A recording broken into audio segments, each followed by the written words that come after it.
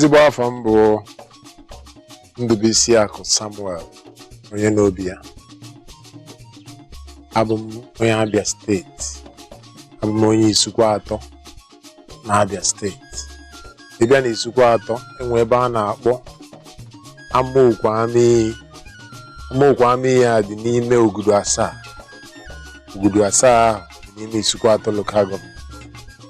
So amụrụ m abụ m onye Amaokwu Amiyi. Amụkwanụ m n'Ọkigwe mana etolu m n'Aba. Mana abịa na okirikiri ihe ejije ihe eji wee malụ m bụ Don Singo Ndubuisi. Ọ bụ afọ a ka eji wee malụ m n'okirikiri ihe ọbụla gbasara ejije.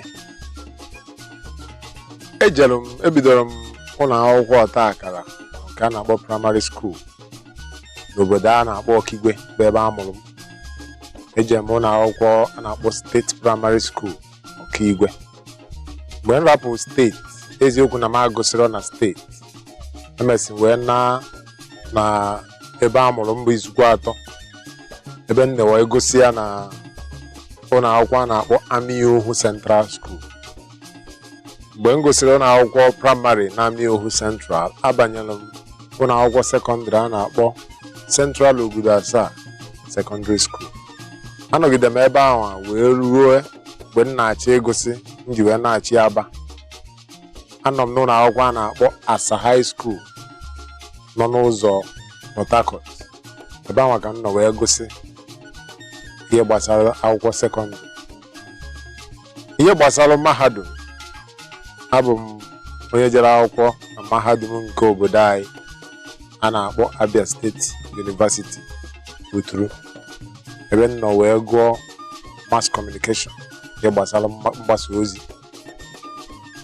Eziokwu na m bụ onye Abia. Ihe mere o ji adị ka m na-asụkewa Anambra bụ na iri m na-eto mụ na ndị Anambra emekọgo ihe rie nne. Ya mere o ji adị ka m na-asụkewa Anambra. Amụrụ m wee too n'Aba. Mgbe m na-eto n'Aba, uche m dị n'ihe gbasara ejije.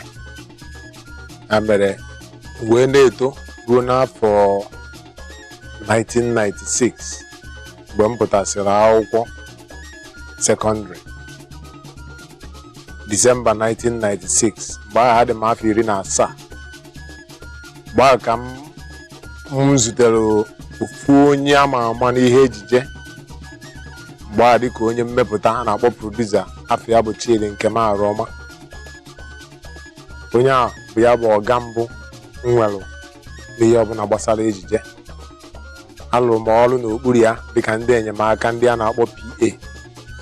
Ebe a ka m si wee malite gbasara ihe gbasara ejije.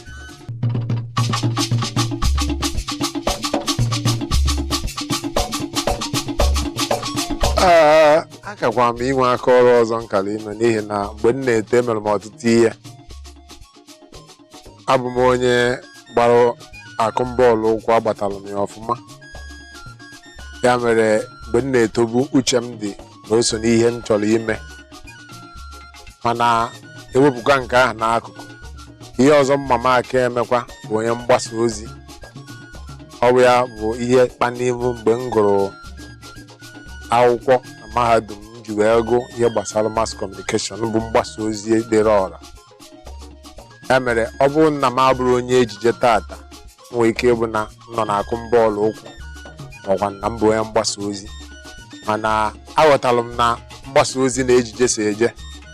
Ya mere ihe m na-emekwa kịta a ma afụ ya dịka ofu akụkụ nke mgbasa ozi ahụ m gụrụ na mahadum. Erimeri Igbo niile na-adị m mma. Abụ m onye na-ejiri ike ala ike ihe ndị oyibo na-akpọ junk food. Ọ dịkwe m oriri. Erimeri ọbụla bụ erimeri Igbo esiziri esizi na-adị m mma n'ahụ n'ihi na nne m mgbe m na-eto, amụrụ m n'ime ebe a na-esi nri. Etetere m ụra wee mara ihe mara na nne m na-esi nri. Site mgbe ahụ rute tata, ihe ọbụla bụ ihe esiziri ọfụma na-adị m mma. Enwe m ọtụtụ ndị ikene. Enwe m ụmụnne m ikene. Enwe m ndị ọyị m, ndị kwado m nụ, ndị dịka mmadụ dịka OG Best. Onye a bụ onye mbụ n'ime ndị na-ere ahịa ihe ejije kpọrọ m wee nye m ọrụ bara uru. Mmadụ dịkwa ka ezi ọyị m na-arụrụ ọrụ kịta bụ Solomon Apete. O so na ndị mma m mgbe m na-eto na ọrụ a. E nwere ọtụtụ ndị ọzọ ndị na-agaghị echetanwu, ma ndị dịka mmadụ dịka Pete Edochie so na onye dịka nna nye m n'ihe ọbụla gbasara ihe onyonyo. Ọ dị ọtụtụ ndị na-agaghị echetanwu aha ha, mana a sị m onye ọbụla mụ na ya dị na mma, ana m ekene ya rie nne.